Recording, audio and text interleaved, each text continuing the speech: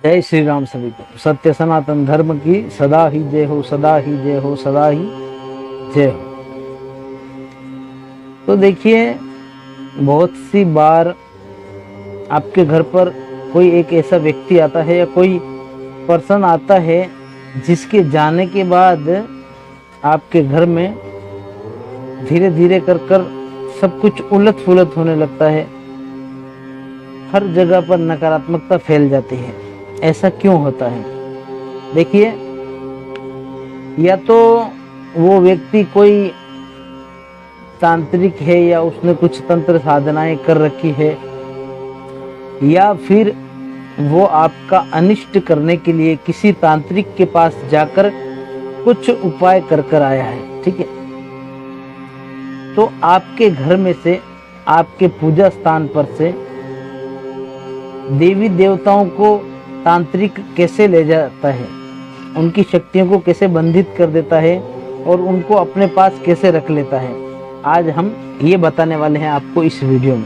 ठीक है, तो पूरी वीडियो देखनी है आपने, क्योंकि देखिए ये आपके साथ भी हो सकता है। ठीक है, तो वीडियो को पहली बार देख रहे हैं, चैनल पर नए हैं आप, तो चैनल को सब्सक्राइब कर लें, लाइक कर लें, और आपका कोई भी सवाल हो तो कमेंट बॉक्स में पूछ सकते हैं आप, नहीं तो जय श्री राम लिख दीजिए। तो देखिए, दिव्य शक्ति हमारे घर पर या हमारे पूजा स्थान पर पहली बात तो आती कैसे है? देखिए, हर कुल का, हर घर में अपने अपने कुल के हिसाब से, खानदान के हिसाब से एक विशिष्ट पूजा जो पीढ़ी दर पीढ़ी चलते आती है, उस विशिष्ट पूजा की वजह से उनके इष्ट देवी देवता जो भी होते हैं, उनकी पावर इतनी बढ़ जाती है, इतनी सकारात्मक ऊर्जा उस घर में या उस पूजा पाठ की जगह पर एकत्रित हो जाती है। उस ऊर्जा, वो जो ऊर्जा है, वो उनके जो घर के देवी देवता या कुल देवी देवता होते हैं, उनके इष्ट होते हैं, वो उस ऊर्जा को ग्रहण करते हैं। आपकी पूजा पाठ से, आपके हवन करने से, आपके जाप करने से जो ऊर्जा निर्माण होती है, वो आपके घर में आपकी सुरक्षा हेतु जो देवी देवता रहते हैं वो उसे ग्रहण करते हैं। क्योंकि देखिए, भगवत गीता में 3 अध्याय में श्री कृष्ण भगवान ने बताया है कि जब भगवान देवताओं को अपने अधिकार बांट रहे थे, तब उन्होंने देवताओं से कहा कि आप मनुष्यों की पूर्ति कीजिएगा और मनुष्य आपकी पूर्ति करेंगे। सदियों से हमारे परंपरा चलते आ रही है सनातन में, हमारे भारत में, कि देखिए, पहले ऋषि मुनि यज्ञ करते थे, उस यज्ञ में से जो ऊर्जा निर्माण होती थी, उस ऊर्जा को देवी देवता ग्रहण करते थे, तो उनकी शक्तियां बढ़ती थी, उनकी पावर बढ़ती थी, और फिर वो मनुष्यों की रक्षा या उनकी मनोकामना पूर्ति हेतु जो भी आशीर्वाद देना है वो सब कुछ होता था। ये एक प्रोसेस है। तो देखिए, कालांतर से काल चेंज हुआ, कलयुग चल रहा है, पहले जैसा कुछ नहीं है। लेकिन पहले अगर 10 साल की तपस्या में जो फल मिलता था, अब कलयुग का इतना प्रभाव है कि आप अगर 1 साल भी वो तपस्या कर ले तो उसका उतना ही फल आपको इस वक्त मिलेगा। ठीक है, और हम अभी भी, हमने साल में एक बार या 6 महीने में या फिर महीने में एक बार हमने हवन करना चाहिए अपने इष्ट के नाम का, अपने कुल देवी देवता के नाम का। घर पर ही हमने खुद हवन करना चाहिए। हवन करने से क्या होता है कि जो हवन में से ऊर्जा निर्माण होती है, वो हमारे इष्ट देव या कुल देवी देवताओं को, पूर्वजों को इतना मजबूत बना देती है कि कोई भी तंत्र क्रिया, तंत्र बाधा उनको बंधित नहीं कर पाती। ठीक है, लेकिन हम कभी पूजा पाठ तो टाइम से करते ही नहीं है, तो हवन क्यों करेंगे, ऐसा सोचते हैं लोग। लेकिन हवन का एक विशिष्ट महत्व है हमारे सनातन धर्म में, ठीक है। तो देखिए क्या होता है कि हमारे पुरखों से चले आ रही पूजा पाठ की वजह से हमारे देवी देवता बहुत मजबूत होते हैं, लेकिन इस वक्त तो आप इतनी पूजा पाठ नहीं कर रहे हैं। पहले के लोगों की बात अलग थी।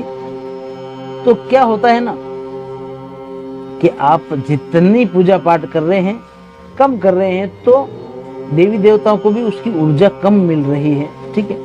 लेकिन तो भी वो बहुत पावरफुल है, ठीक है। ये सोचना मत कि कम पावर है उनके अंदर। लेकिन कोई तांत्रिक होता है ना, तो वो साधनाएं करता है, उसके लिए घोर तपस्या करता है, भगवत आशीर्वाद प्राप्त करता है उसके इष्ट से, उसके जो भी देवी देवता है, चाहे वो भूतों की पूजा करता है। लेकिन वो जब साधना करता है तो उससे कुछ शक्तियां मिलती हैं। देखिए आपने जप कर कर सात्विक तरीके से शक्ति कमाई है, लेकिन उसने किसी जीव की बलि देकर तामसिक प्रकार से सिद्धियां हासिल की है, तो उसकी शक्तियां त्वरित काम करती है, ठीक है।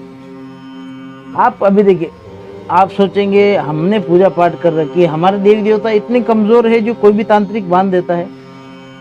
आप सोच रहे सही है, लेकिन देखिए ये एक विधि का विधान है। तांत्रिकों के पास वो तंत्रोक्त हवन करते हैं, उनके पास हर विधि होती है। अरे देखिए तंत्र से तो लोगों ने भगवान शिव को भी रोका था, माता काली को भी अपने पास, माता काली को भी असुरों ने तंत्र विद्या से अपने पास रोक लिया था। तो तंत्र में तो शक्ति तो है, तंत्र खुद शिव जी से उत्पन्न हुआ है। इसलिए आप पर जलने वाले बहुत से लोग, देखिए अब ये इन बातों का ध्यान रखना है आप। हमारी जो चौखट होती है, घर की चौखट, सबसे ज्यादा अगर कोई पावरफुल जगह है तो वो चौखट होती है। हमारे घर की चौखट पर हमेशा हमारे पूर्वजों और हमारे कुल देवी देवताओं का पहरा होता है, ठीक है।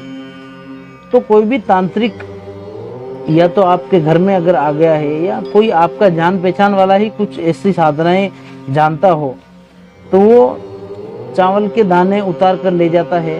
आप जो ज्यादा सेवा पाठ करता है उसके शरीर से उस देवी देवता की तरंग जुड़ी होती है, या तो उसके शरीर पे से कुछ चावल उतार कर ले जाएगा, या फिर आपके पूजा घर से चावल उतार कर ले जाएगा, या फिर पूजा पाठ की जगह पे से कुछ वस्तु पूजा पाठ की उठाकर ले जाएगा।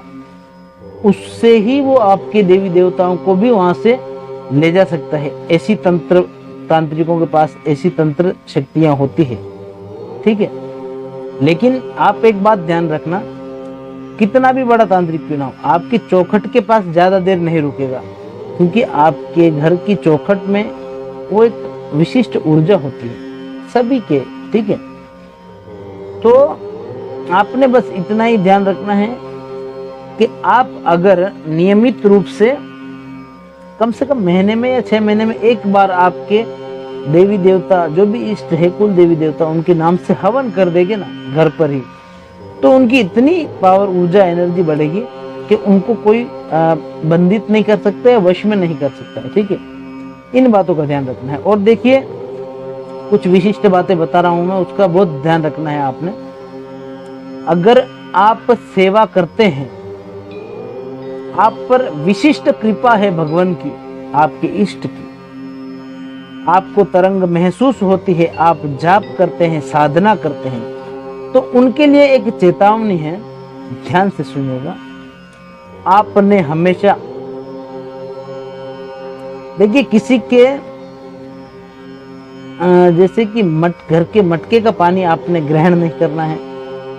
आप कहीं भी भोजन करें, कहीं भी खाना खाएं, किसी के भी यहाँ, लेकिन आपने अपना झूठा भोजन नहीं छोड़ना है थाली में। जी हाँ, इस झूठे भोजन से भी लोग तंत्र क्रियाएं कर देते हैं। आपके नाखून, आपके बाल किसी व्यक्ति के हाथ में नहीं लगने चाहिए, ठीक है। क्योंकि हमारे हाथ के नाखून, हमारे बाल, हमारे पैर की धूल, ये तो बहुत कॉमन चीजें हैं। इससे लोग तंत्र बाधाएं या तंत्र कर देते हैं हमारे ऊपर, तंत्र बाधा कर देते हैं। ठीक है, हमें किसी के कपड़े नहीं पहनने हैं और हमारे कपड़ों को घर में किसी सुरक्षित जगह सुखाना चाहिए। रात में कोई दुश्मन हमारे कपड़े चुरा कर ना ले जा सके। ठीक है, और बहुत से पावरफुल तांत्रिक ऐसे भी होते हैं जो रात में हमारे घर से, हमारी चौखट पे से चावल उतार कर ले जाते हैं और हमारी पूर्वजों को, कुल देवी देवताओं को बंधित कर देते हैं। ठीक है, इसका हमें बोध बहुत देर बाद होता है, जब हम बहुत संकट में आ जाते हैं तब होता है। ठीक है, तो हवन का ये महत्व है, अगर आप करेंगे तो आपके देवी देवताओं को कोई बंधित नहीं कर सकता है। ठीक है, और देखिए आगे हम बताने वाले हैं कि जैसे अगर किसी की सिद्धि बंधन में है तो आप खुद उस सिद्धि को फिर से कैसे बुला सकते हैं आपके पास। ठीक है, अभी के लिए चलते हैं। जय श्री राम, सभी को सत्य सनातन धर्म की सदा ही जय हो, सदा ही जय हो, सदा ही जय हो।